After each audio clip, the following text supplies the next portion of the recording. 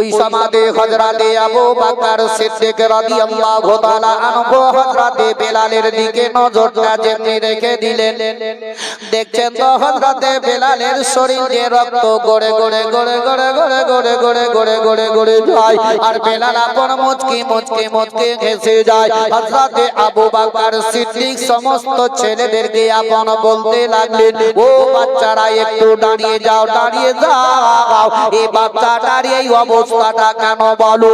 তারা বলতে লাগলো, এই বাচ্চাটা ওই নবী মুহাম্মদের কলমা খানা পড়তেছে, যতক্ষণ পর্যন্ত নবীর কলমা খানা না ছাড়বে তার প্রতি এইভাবে অত্যাচার চলতে থাকবে। হযরতে আবু বকর সিদ্দিকের দুই চোখ দিয়ে বাবা ঝরঝর করে পানি পড়ে গেল। আবু বকর সিদ্দিক আর স্থির ভাবে থামতে পারলেন না। হযরতে আবু বকর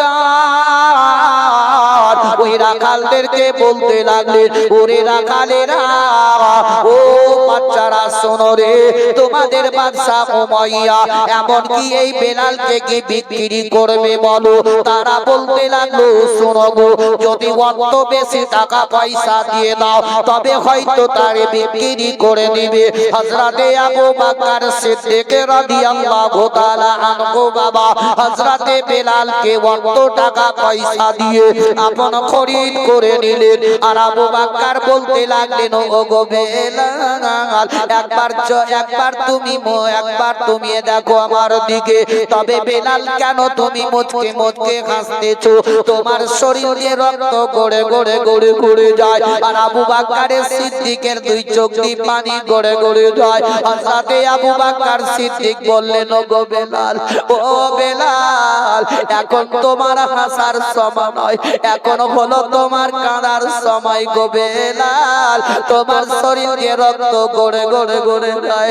হযরতে বেলাল বললেন, ও গো আবু বকর, এখন আমার হলো হাসার সময়, এখন আমার কাঁদার সময় নয়।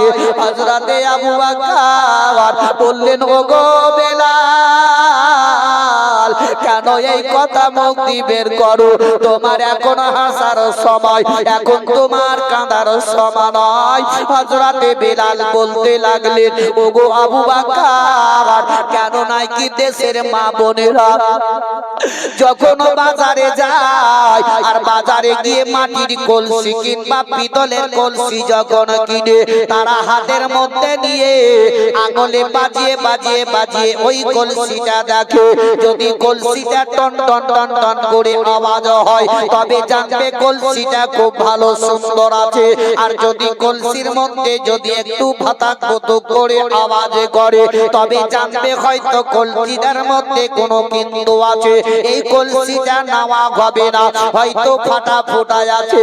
হযরতে বেলাল বললেন, ও গো আবু বকর, আল্লাহ তাবারক ওয়া তাআলা আমাকে ওই কলসি বাজা করে বাজিয়ে বাজিয়ে বাজিয়ে বাজিয়ে দেখতেছেন, আমার নবী মুস্তাফার প্রতি ওই মহব্বত আছে কিনা। হযরত আবু বকর সিদ্দিক রাদিয়াল্লাহু তাআলা আনহু ওই বেলালকে নিয়ে বাবা টুকটুক করে বাড়ির দিকে রওনা হয়ে গেলেন। রাস্তায় চলতে চলতে চলতে চলতে হযরত আবু বকর চিন্তায় চিন্তিত হয়ে গেলেন। হযরত আবু বকর মনে মনে চিন্তা করলেন, আমি তো তাকে বাড়িতে নিয়ে যাব, তবে এখনো তাকে রাখার মতো আমার বাড়িতে কোনো জায়গা নাই। তবে এখন আমি কি করি? হয়তো বিশ্বের নবীর কাছে এখন আমি নিয়ে চলে যাই, কেন নাকি হযরত আবু বকর ইসলাম গ্রহণ করার পরে আল্লাহর ওয়াস্তে দান করতে করতে করতে করতে সমস্ত সব কিছু বিতরণ করে দিয়েছিলেন। সুবহানাল্লাহ।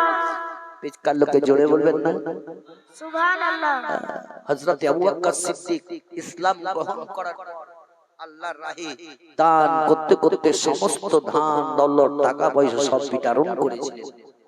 হযরতে ওই আবু বকর সিদ্দিক আপন চিন্তা করলেন, আমার বাড়ি থেকে রাখার মতো কোনো জায়গা নাই, তবে বিশ্বের নবীর কাছে নিয়ে যাই। জোরে বলুন সুবহানাল্লাহ।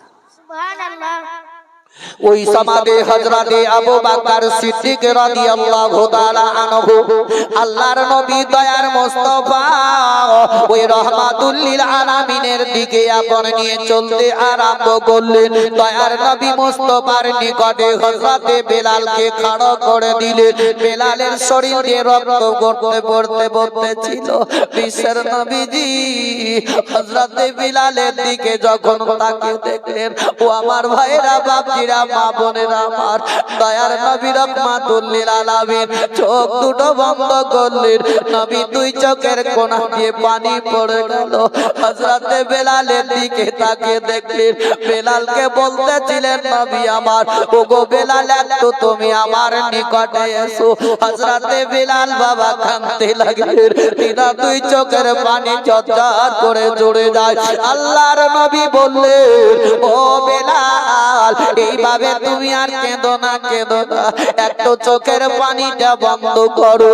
হযরতে বেলালকে বললেন, ওগো বেলাল, তুমি আমার নিকটে চলে এসো, তবে এইভাবে আর কেঁদো না, কেঁদো না। হযরতে বেলাল বললেন, ইয়া রাসূলুল্লাহ, ইয়া হাবিবাল্লাহ, নবী গো, আমি কালো কুদসি বলে আমাকে কেউ কোনোদিন বেলাল বলে ডাকেনি। ওগো আল্লাহর নবী, আমি কালো কুদসি বলে আমাকে কখনো বেলাল বলে ডাকেনি। আমার কষা খাওয়া বলে আমাকে বেলাল বলে কোনোদিন ডাকেনি। বিভিন্ন রকমের কথাবার্তা বলে আমাকে তারা ডাকতো ইয়া রাসূলুল্লাহ। তবে আপনি যখন আমাকে বেলাল বলে ডাকলে, তখন আপনার প্রতি আমার আরো বেশি বেশি মহব্বত বেড়ে গেল। ইয়া রাসূলুল্লাহ, আপনি যখন বেলাল বলে আমাকে ডাকলেন, তখন আমার মহব্বতটা আপনার প্রতি আরো বেশি বেড়ে গেল। নবী বললেন, ও বেলাল, যাও, আমি নবী মুস্তাফা রাহমাতুল লিল আলামিন তোমাকে আমি একটি উচ্চ পদ স্থানে জায়গা দিলাম। তুমি আজ থেকে মসজিদে নববীর মুয়াজ্জিন হয়ে গেলে। জোরে বলুন সুবহানাল্লাহ। এখন ওই বিশ্বের নবীজি আমার, দয়ার নবী রাহমাতুল লিল আলামিন, তিনি যখন টুকটুক করে সাহাবীকে নিয়ে চলতে আরম্ভ করলেন, দয়ার নবী রাহমাতুল লিল আলামিন একটি কবরস্থানের কাছে দাঁড়ালেন। যে কবরের মধ্যে অতিরিক্ত আযাব চলতেছিল, কিন্তু সেই কবরটা কার? একটা নওজওয়ানের। জোরে বলুন সুবহানাল্লাহ, সুবহানাল্লাহ। একটা যুবকের। এই যুবকের কবরে আযাব চলতেছিল। আল্লাহর নবী দাঁড়ালেন, তো সাহাবী বলছেন, ইয়া রাসূলুল্লাহ, অন্যান্য কবরের কাছে দাঁড়ালেন না, ফের আপনি এখানে দাঁড়ালেন কেন? নবী বললেন, ও সাহাবী শোনো, এই কবরটাতে অতিরিক্ত আযাব চলছে, আমি নবী একটু দোয়া করব যাতে তার কবরের আযাবটা আল্লাহ বন্ধ করে দেয়। জোরে বলুন সুবহানাল্লাহ। তাহলে নবী মুস্তাফা কবরের খবর বলতে পারেন না, পারেন না, পারেন না, পারেন না। আর এখনকার কিছু কিছু যুবক ছেলেরা বুঝলেন মোবাইল দেখে দেখে মৌলবি খুব হয়ে গেছে, বুঝলেন, এরা ফতোয়া জারি করে রাস্তাঘাটে দেখে বুখারী শরীফ এত খণ্ড, এত পৃষ্ঠা, কত পাতায় লেখা আছে, কিন্তু বুখারী যখন পড়া যাবে তখন ভাই ওরকম না দেখে একটু হাদিস কোরআনের দিকে লক্ষ্য করে দেখুন। নবীর প্রতি ওই মহব্বত রাখুন যে নবী পৃথিবী জগতে যদি না আসতেন তো না পেতাম নামাজ, না পেতাম কোরআন, না পেতাম রমজান, না পেতাম কাবা। এক কথাই বলা হয়, নবী না হলে কিছুই পেতাম না। কি কোরআন কার কারণে পেয়েছি বলেন?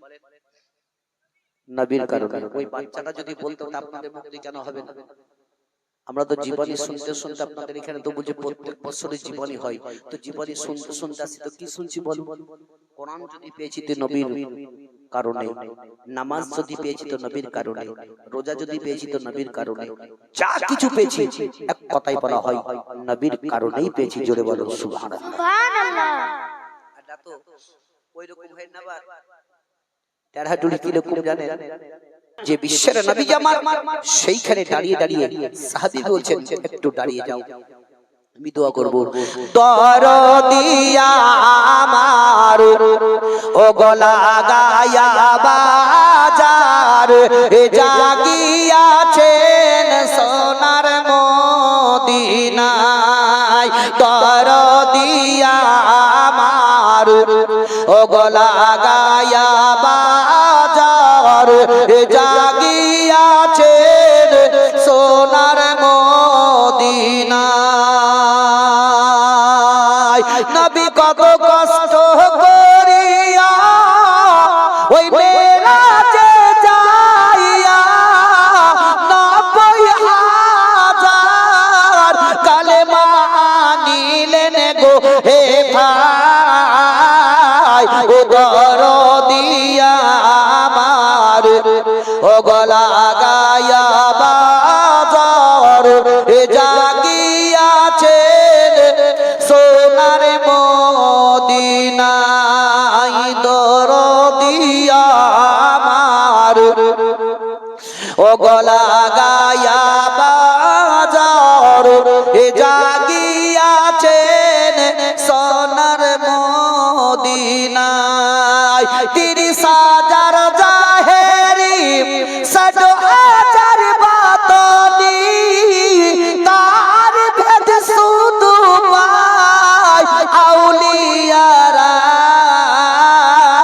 ও দরদি আমার লাগায়া বাজার জাগিয়াছেন সোনার মদিনায় দরদি আমার ও গলা গায়া বাজার জাগিয়াছেন সোনার মদিনায়। একটা বুড়া বুড়ির মাঠ থেকে কাজকর্ম করে এসে বাড়িতে এসে তার স্ত্রীকে বলছে কি খাবার আছে তো দিস তো। তো বুড়ি এবার রেগে রেগে বলছে কি তোমাকে তো সবই খাবার দিয়ে পাঠিয়েছি তো তুমি ফের বারবার কেন তুমি খাবার চাও আর একটা খবর নাই। আর বুড়া বুড়ার লোকে তো রাগ হবে বুড়িরও রাগ বুড়ারও রাগ। তো বুড়ির রেগে কি করলো গিনগি করে মাত্র 5 খান রুটি তৈরি করলো। কখন 5 খান। এই 5 খানটার মধ্যে বুড়াকে দিয়েছে 2 খান আর বুড়ি লিছে 3 খান। আচ্ছা বুড়া রাগ হবে না হবে না? বুড়া ওই সময়তে বলে তার পাঁচ না তোর মাজাকে ভেঙে দিব। তোকে রুটি তৈরি করতে বলো তো আমাকে দিছি তো 2 খান করেছি 3 খান আমাকে 3 খান দে তো 2 খান লে। বুড়ি বলছে কি দেখো তুমি মাঠে কাজ করেছো ঠিক আছে কিন্তু আমি বাড়িতে তো আমি কাজ করেছি আমি 3 খান লিব তুমি 2 খান লাও। বুড়া বলছে আমি 3 খান লিব তো 2 খান লে। এরা লাগলো ঝগড়া করতে করতে বুড়ি চট করে বলে উঠলো গো শোনো অত চেঁচা চেঁচি না করে এক কাজ করো এই রুটি বীজ খানটা রাইখা দিবে চার যে আগে কথা বলবে তার 1 খানটা রুটি করবে। তো বুড়া বলছে তাই হলো। আমি সতে কথাটা নিয়ে গিয়ে আপনাদেরকে ওই কবরের কথাটা নিয়ে যাব। এই বীজখানে রুটি দেখাচ্ছে বুড়ি এক কোণায় বুড়া এক কোণায়। তো বুড়ি টুকটুক করে একবার রুটি দেখছে একবার বুড়ার মুখ দেখছে। বুড়া একবার রুটি দেখছে আর বুড়িকে দেখে যায়। বুড়া মনে মনে চিন্তা করছে বুড়ি তুই যদি কথা না বলিস আমি বলবো না কিন্তু রুটি কমতে দেব না। বুড়িও মনে মনে চিন্তা করে বুড়া তুমি যদি না কথা বলো কিন্তু আমিও বলবো না কিন্তু রুটি কমতে দেব না। এই দুইজনাতে জিদাজিদি করে আছে বুঝলেন। সারা রাত ভোকে পেট খালি হাওড়া দিল্লি করে কেউ কেউ কথা বলে না। কেমন জিদ দেখেন উয়াকে বলে না উয়াকে বলে না। এমনি করতে করতে করতে একদম ফজরের টাইম কিন্তু বুড়া বুড়ির একটা অভ্যাস ছিল পাড়া পড়শির লোককে চেঁচিয়ে তুলে দিত কিন্তু সেই দিন আর উঠাই না বেলা 8টা বেজে গেল। আচ্ছা হঠাৎ করে যদি আপনাদের ইমাম সাহেব ফজরের নামাজ না পড়ায় দরজা যদি খিলটা না খুলে বেলা 10টা যদি বেজে যায় তো পাড়ার লোকে কি ভাববে হয়তো মরে গেছে মনে হয় ভাববে না ভাই? বেলা 10টা বাজলো মলবি উঠে না তাহলে কোন ব্যাপার আছে দরজা ভাঙ। ওইরকম বুড়া বুড়িদের সেই দিন কিন্তু আর কাউকে না উঠায় বেলা 8টা বেজে গেল তো পাড়ার লোকে বলছে হ্যাঁ রে বুড়া বুড়ি একসাথে মরে গেল নাকি। কেউ কেউ বলছে ভিতরে গিয়ে দেখতো মরেছে না বেঁচে আছে। তো বুড়া মনে মনে চিন্তা করছে কি ব্যাপার খুব খারাপ। যদি আমার চোখ খোলা থাকে শরীরে হাত দিবে শরীরে হাত দিলে তো কথা বললেই তো রুটি কমবে। তো বুড়া বুড়ি ওদের আস্তে আস্তে চোখ বন্ধ করে যায়। তো বুড়ি বলছে তুমি পারলা আমি বড় আমি চোখ বন্ধ করবো কিন্তু রুটি কমতে দেব না। ও চোখ বন্ধ করেছে বলছে নাকে হাত দে। তো বুড়ার নাকে হাত দিয়েছে নিঃশ্বাসকে বন্ধ করে চুপ করে বসে আছে বুঝলেন, নিঃশ্বাস পড়ে না যে বুড়া মরে গেছে, বলছে বুড়ি কেউ ডাকতো, বুড়িও নিঃশ্বাস বন্ধ করেছে বুঝলেন, কেমন জিটাতে দেখলেন। তখন বাহির থেকে ভিতর থেকে বলছে বুড়া বুড়ি দুজনে একসাথে মারা গেছে, মাইক এলান হলো বুড়া বুড়ি মারা গেছে, জোহরের নামাজ পড়ে তাদের জানাজা হবে, কিন্তু মরেনি ভাই, জীবিত আছে। তাও বুড়া বুড়ি ভিতর ভিতর মনে মনে বলছে বুড়া যাই যাব কবরে, কিন্তু রুটি কমতে দেব না। বুড়াও বলে বুড়ি যাই যাব কবরে, কিন্তু আমি রুটি তিনটাই দিব। এদের কবর খোদা হইলো, মাছ কাটা হইলো, বাজার থেকে কাপড় নিয়ে আসা হইলো, গোসল দিতে নিয়ে আসে, তাও কিন্তু কথা বলছিলাম যে যাই যাব কবরে, কিন্তু রুটি কমতে দেব না। এদের দুজনাকে গোসল দিয়ে কাপড় পরিয়ে কবরস্থানে নিয়ে যাওয়ার পর কেউ কেউ বুঝায় রে বুড়াকে আগে দিবি না বুড়িকে আগে দিবি, তো কেউ কেউ বুঝায় রে মেয়া মানুষটাকে পরে দিস, বুড়াটাকে আগে দে। তো বুড়া বলছে ব্যাপার খুব খারাপ। এ বুড়া বলছে তো ব্যাপার খুব খারাপ, বুড়ি তুই থাকবে আর আমি যাব, কিন্তু যাই যাব কবরে, কিন্তু রুটি কমতে দিব না। আচ্ছা বলুন তো ওপর থেকে কয়টা লোকে কবরে নামাই? কটা লোকে নামাই? তিনটা লোকে নামাই, মাথা কোমর পা, আর নিচে ধরে কটা? দুটো, পাঁচটা, রুটি পাঁচটা। বুড়াকে নামিয়ে দিয়েছে বুঝলেন। এই নামিয়ে দেওয়ার পর প্রত্যেকটা লাশে দেখবেন ওই মুখের কাপড়টা খুলে টুকাবার দিকে ঘুরিয়ে দেয়, ঘুরে না ঘুরে না, দেখেন লক্ষ্য করে। ওই মুখের কাপড়টা খুলে যখন কাবার দিকে মুখটা ঘুরিয়েছে, তখন বুড়া মনে মনে চিন্তা করছে বুড়ি এইটাই আমার সুযোগ, যদি বাঁশ চাপাই তার কোন উপায় আর নাই, শেষ। আচ্ছা বাঁশ চাপালে আর কোন উপায় আছে? আর ওই সময়তে যদি হঠাৎ করে একটা মরা মানুষ যদি কথা বলে, তো ভাই লোক থাকবে?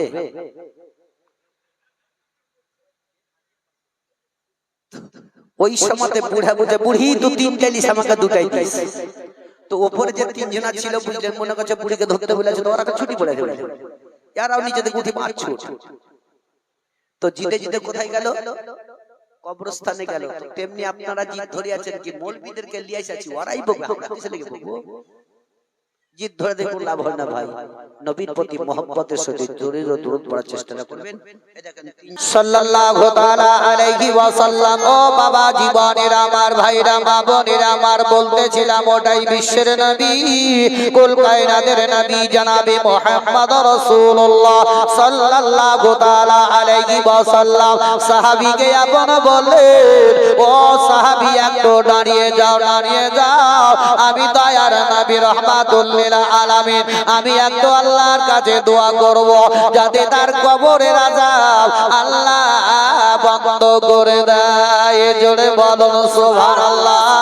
ওই সমাতে দয়ার নবী রাহমাতুল লিল আলামিন নবী মুস্তাফা আমার যেমনি বাবা দোয়া করতে যাবে, ওই সমাতে স্বয়ং জিবরিল আমিন বিশ্বের নবীর কাছে আসার পরে বলে, ইয়া রাসূলুল্লাহ, ইয়া হাবিবাল্লাহ, নবী গো আপনি ওই নওজওয়ানের জন্য আপনি কখনোই দোয়া করবেন না, করবেন না।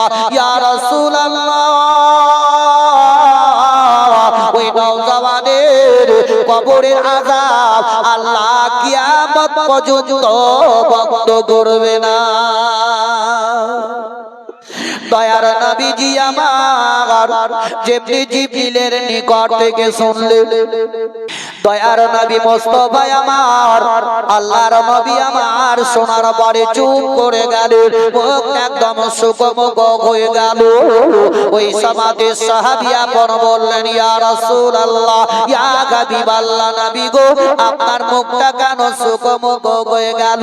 আপনি তো এতক্ষণ মুচকে মুচকে মুচকে মুচকে মুচকে হাসতেছিলেন, আপনার মুখের মধ্যে মুস্কুরাহাটটা ছিল, তবে এখন মুস্কুরাহাটটা হারিয়ে গেল, কারণটাকে?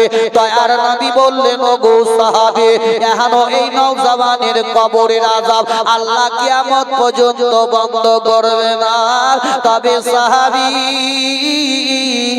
একটু তুমি গ্রামের গলিতে গলিতে চলে যাও, এই বাচ্চাটার দুনিয়াতে বাপ বেঁচে আছে না মা বেঁচে আছে, একটু খবরটা নাও না কেন? দয়ার নবী মুস্তাফার কথা মতো ওই সাহাবী আপন গ্রামে গ্রামে চলতে বলতে লাগলেন। আর সাহাবী খোঁজ নিতে নিতে দেখা গেল কি ওই নওজওয়ানের একমাত্র মা, গর্ভধারিণী মা, আপন বাবা বেঁচে আছে, তার আব্বা বহুত দিন আগে মারা গেছে। ও আমার ভাইরা, বাপজিরা আমার, যাদের দুনিয়া থেকে বাপ গেছে তারাই না জানে, যাদের দুনিয়া থেকে মা গেছে তারাই না তার মর্মটা জানে। ও আমার ভাইরা, বাপজিরা, মা বোনেরা আমার, যাদের কলেজার টুকরো চলে গেছে ওই মা জননী তার বেদনা সেই না জানে। এমনকি ওই বাচ্চাটার দিকে লক্ষ্য করে আপন সাহাবী বিশ্বের নবী, কুল কায়নাতের নবী জনাবে মুহাম্মদ রাসূলুল্লাহ সাল্লাল্লাহু তাআলা আলাইহি ওয়াসাল্লামের নিকট থেকে সাহাবী গলিতে গলিতে গলিতে খোঁজ নিতে নিতে দেখা গেল ওই বুড়ি তার মা, গর্ভধারিণী মা, বৃদ্ধ মা লাঠি নিয়ে টুক টুক টুক টুক করে চলে তার মা জননীর কাছে চলে গেল। সাহাবী এখন বলতে লাগলো, ও গো বুড়ি মা, আজকে তোমার বিশ্বের নবী রাহমাতুল লিল আলামিন ডাক করেছেন, একটু তুমি আমার সঙ্গে চলো না কেন? ওই বুড়ি লাঠি নিয়ে টুক টুক টুক টুক টুক টুক করে বিশ্বের নবীর কাছে গিয়ে হাজির হয়ে গেল। দয়ার নবী মুস্তাফার কাছে গিয়ে বুড়ি এখন বলতে লাগলো, ইয়া রাসূলুল্লাহ, ইয়া হাবিবাল্লাহ, নবী গো, আপনি কেন আমাকে ডাক করেছেন বলো না কেন? দয়ার নবী আমার বুড়ির দিকে তাকালেন। দয়ার নবী দুই চোখের কোণা দিয়ে পানি পড়ে গেল।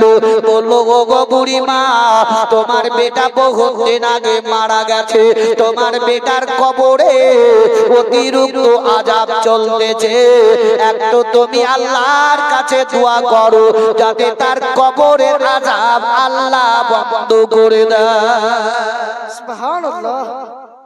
বাপজিরা, ভাইরা, প্রত্যেকটা মা বাপ, ছেলে মেয়ে যাদের পৃথিবী দুনিয়া থেকে গেছে তারা কবরে বড় আশা করে আছে কি পৃথিবীতে আমার মা বাপ বেঁচে আছে, আমার নামে কিছু দান করবে, আমার নামে কিছু দোয়া করবে। প্রত্যেকটা মা বাপ কবরে বড় আশা করে আছে কি আমার পৃথিবীর দুনিয়াতে ছেলে মেয়ে বউ বেঁচে আছে, তারা আমার নামে দান খায়রাত করবে। আমরা নবীর পাগল দিওয়ানা রে সোনার মদিনা, আমরা নবীর পাগল দিওয়ানা, আমরা নবীর পাগল দিওয়ানা রে সোনার মদিনা, আমরা নবীর পাগল দিওয়ানা মক্কা হতে। যাই হোক বাপজিরা, আমার ভাইরা আমার, বিশ্বের নবী, কুল কায়নাতের নবী জনাবে মুহাম্মদ রাসূলুল্লাহ সাল্লাল্লাহু তাআলা আলাইহি ওয়াসাল্লাম বুড়িকে বলছেন, ওগো বুড়ি মা, একটু দোয়া করো যাতে তোমার বেটার কবরের আযাব বন্ধ হয়। জোরে বলো সুবহানাল্লাহ। সুবহানাল্লাহ। পৃথিবীর সবথেকে আগে মায়ের দোয়া আল্লাহ কবুল করে। ওই সমাধি আপন বাপজিরা, ভাইরা, ও দরদি মা জননীরা আমার, মা বলতে লাগলো, ও ইয়া রাসূলুল্লাহ, ইয়া হাবিবাল্লাহ, নবী গো, আপনি হচ্ছেন রাহমাতুল লিল আলামিন, নবী গো, আপনার প্রতি আমি কোনো দুঃখ করি নাই, আপনাকে আমি আপনার মনের মধ্যে আমি দুঃখ দিব না। ইয়া রাসূলুল্লাহ, আপনি যে আমার বেটার জন্য দোয়া করতে বললেন, তবে আমি মা, আমি কখনোই তার জন্য দোয়া করব না, নবী গো, আমি তার জন্য কখনো দোয়া করব না। আমি জানি গো, জানি আমার বেটার কবরে আযাব চলতেছে, তবে আল্লাহ রব্বুল ইজ্জত যাতে আমার বেটার কবরে আরো বেশি বেশি করে আযাব দিয়ে দেয়। নবী আমার বললেন, ও গো বুড়ি মা, তুমি হচ্ছ গর্ভধারিণী মা, কেন তুমি এই কথাটি বলতেছো বলো না কেন? ও গো বুড়ি মা, তুমি গর্ভধারিণী মা, কখনোই তার জন্য এই কথা বলবে না। দয়ার নবী মুস্তাফার দিকে লক্ষ্য করে বলল, ইয়া রাসূলুল্লাহ, যখন আমার ওই কথাটা মনে পড়ে যায় তখন আমার কলেজা কানা চুরচুর হয়ে যায়। আমি কখনোই তার জন্য দোয়া করব না। বিশ্বের নবীজি আমার বললেন, তবে কি এমন তোমার মনে দুঃখ দিয়েছে বলো, কি কেন তুমি তার জন্য দোয়া করবে না? বুড়ি বলে, ইয়া রাসূলুল্লাহ, ইয়া হাবিবাল্লাহ, নবী গো, যখন আমার বেটা জীবিত ছিল তার বিবির কথা মতো আমার শরীরে যখন আঘাত করেছিল, ইয়া রাসূলুল্লাহ, আমার বেটার সামনে দুই হাত কানাকে জোর করে আমি বলেছিলাম, ওরে আমার কলেজার টুকরো, আমি তোর গর্ভধারিণী মা, আমার শরীরে আর আঘাত করবে না, আমি আর সহ্য করতে পারে নাই। ইয়া রাসূলুল্লাহ, তবু আমার বেটা মারতে চায় নাই। আমি ওই সমাদে তার পা দুটো ধরে ধরে আমি কেঁদে কেঁদে কেঁদে কেঁদে বলেছিলাম, ওরে আমার কলেজার টুকরো, আমি তোর পা দুটো ধরে বলি, আমি আর সহ্য করতে পারি নাই, আমার শরীরে আর আঘাত করবে না। ইয়া রাসূলুল্লাহ, তবু আমাকে আমার বেটা মারতে ছাড়ে নাই। আমি ওই সমাদে কাউরির কাছে গিয়ে আমি বিচার দিতে পারি নাই। আমি আল্লাহর দরবারে দুই হস্ত তুলে আমি দোয়া করে বলেছিলাম, ইয়া আল্লাহ, ওগো পাক পরওয়ারদিগারে আলাম, আমি আর সহ্য করতে পারি নাই, আমার বেটার তুমি মৃত্যুটা নিয়ে নাও। ইয়া রাসূলুল্লাহ, আমি যখন দোয়া করেছিলাম আমার বেটার মৃত্যু হয়ে গেল, আমি দ্বিতীয়বারে আল্লাহকে বলেছিলাম, ওগো আল্লাহ, যাতে আমার বেটার কবরের আযাব কিয়ামত পর্যন্ত বন্ধ না হয়। সুবহানাল্লাহ। ইয়া রাসূলুল্লাহ, ওই সমাধি বিশ্বের নবীজি আমার বললেন, বুড়িমা, তবে কি তুমি তার জন্য দোয়া করবে না? বলছেন না। দয়ার নবী রাহমাতুল লিল আলামিন, বিশ্বের দয়ার নবী যে এত দয়ালু, দয়ার সাগর, যেই কবর, যে কবরে আজকে আমাদের সকলকে যেতে হবে, সেই কবরকে একবার স্মরণ করুন। যে কবরস্থানে আমরা যখন যাই, যে কবরে মৃত্যু ব্যক্তিকে যখন নামানো হয়, তখন ওই মৃত্যু ব্যক্তি এত কাঁদে, এত কাঁদে, এত কাঁদে, ওই কাঁদার আওয়াজ যদি মানুষের কানে পৌঁছতো তো মানুষের কানের পর্দা ফেটে যেত। জোরে বলো সুবহানাল্লাহ। এখন আমাদের রক্তের গরম ভাই, আজ আমরা হয়তো ওই কবরকে ইয়াদ করতে পারছি না। যখন কবরে মৃত্যু ব্যক্তিকে নামিয়ে দেওয়া হয়, আমি বলেছিলাম দ্বিতীয় আয়াত, ওয়া আম্মাস সাইলা ফালা তানহার, যদি তোমার নিকটে কোনো সাইল আসে তারে কখনো খালি ফিরাবে না। বিশ্বের নবী, দয়ার নবী, রাহমাতুল লিল আলামিন, যে নবী পাক সাল্লাল্লাহু তাআলা আলাইহি ওয়াসাল্লাম, বিশ্বের নবী একদিন যাচ্ছেন কোথায়? তিনার বিবি হযরতে মা খাদিজা রাদিয়াল্লাহু তাআলা আনহার বাড়িতে। বিশ্বের নবী যখন গেলেন তো খাদিজার বাড়িতে যাওয়ার পর বলছেন, ও খাদিজা, কিছু খাবার আছে তো দিবে? জোরে বলুন সুবহানাল্লাহ। একটু মহব্বতের সহিত বলুন সুবহানাল্লাহ, একটু জোরে বলুন সুবহানাল্লাহ। হযরতে খাদিজা বললেন, ইয়া রাসূলুল্লাহ, আমার বাড়িতে একটা বকরি ছিল, সেটাকে দুয়ে আমি এক পেয়ালা দুধ নিয়ে এসেছি, আর পার্শ্ববর্তী বাড়ির লোক আমাকে 4টা খেজুর দিয়েছিল, 2টো খেজুর আমি খেয়েছি আর 2টো খেজুর আপনার জন্য রেখেছি। জোরে বলেন সুবহানাল্লাহ। সুবহানাল্লাহ। ও আমার ভাইরা, বাপজিরা, মা বোনেরা আমার, যদি কোনো মানুষ মাঠ থেকে কোনো কাজকর্ম করে বাড়িতে আসে আর যদি খিদা লাগে আর খাবার চাওয়ার পরে যদি মাত্র 2টা খেজুর দেওয়া হয়, সেই লোকটার রাগ কতটা হতে পারে বুঝবে আপনি। দয়ার নবী মুস্তাফাকে যখনই আপন খাদিজা বললেন, ইয়া রাসূলুল্লাহ, বাড়ির পার্শ্ববর্তী আমাকে 4টা খেজুর দিয়েছিল, আল্লাহর নবী দয়ার মুস্তাফা রাহমাতুল লিল আলামিন ওই সমাদে খাদিজার মুখের দিকে তাকিয়ে তাকিয়ে তাকিয়ে বলতে লাগলেন, ওগো খাদিজা, নাও একটা খেজুর তুমি খেয়ে নাও। খাদিজা বলতে লাগলো ইয়া রাসূলুল্লাহ ইয়া হাবিবাল্লাহ নবী গো আমি দুইটা খেজুর খেয়েছি আপনি খেয়ে নিন। নবী বললেন না না না খাদিজা তুমিও একটা খেজুর খাও তারপরে আমিও খেজুরটা খাবো। বিশ্বের নবী আমার খাদিজাকে খাইয়ে দিলেন। দয়ার নবী মুস্তাফা আমার একটা খেজুর খেলেন, পেয়ালাতে যে দুধ ছিল সেটাকে আপন খেয়ে নিলেন। বিশ্বের নবীজি ওই খাওয়ার সমাধে মা খাদিজার কাপড়ের দিকে লক্ষ্য করলেন।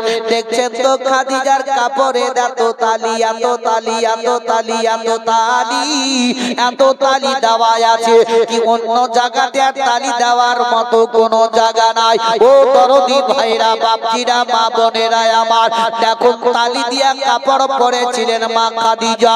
আর আজকালকার হাইরে নারীরা রে বাপরে আমার দেখবেন ঘরের ভিতরে এত কাপড় থাকা সত্ত্বেও বাবা যদি কোনো একটা বিয়েতে কিংবা বাপের বাড়ি যায় বলে নতুন কাপড় কিনে এনে দাও তারপরে আমি বিয়েতে যাব কিংবা বাপের বাড়িতে যাব, তোমার কাপড় এত থাকা সত্ত্বেও ওই কাপড়ের দিকে নতুন দিকে নজর। তবে মা খাদিজা রাদিয়াল্লাহু তাআলা আনহা এত তালি দেওয়া এত তালি দেওয়া কাপড় পরেছিলেন। ওই সময়তে বিশ্বের নবী বললেন খাদিজা ও খাদিজা বলো তোমাকে আমি বিবাহ করে নিয়ে এসেছি। খাদিজা তোমার শরীরের মধ্যে যে কাপড়টা আছে এটা তোমার তালি দেওয়া গো খাদিজা।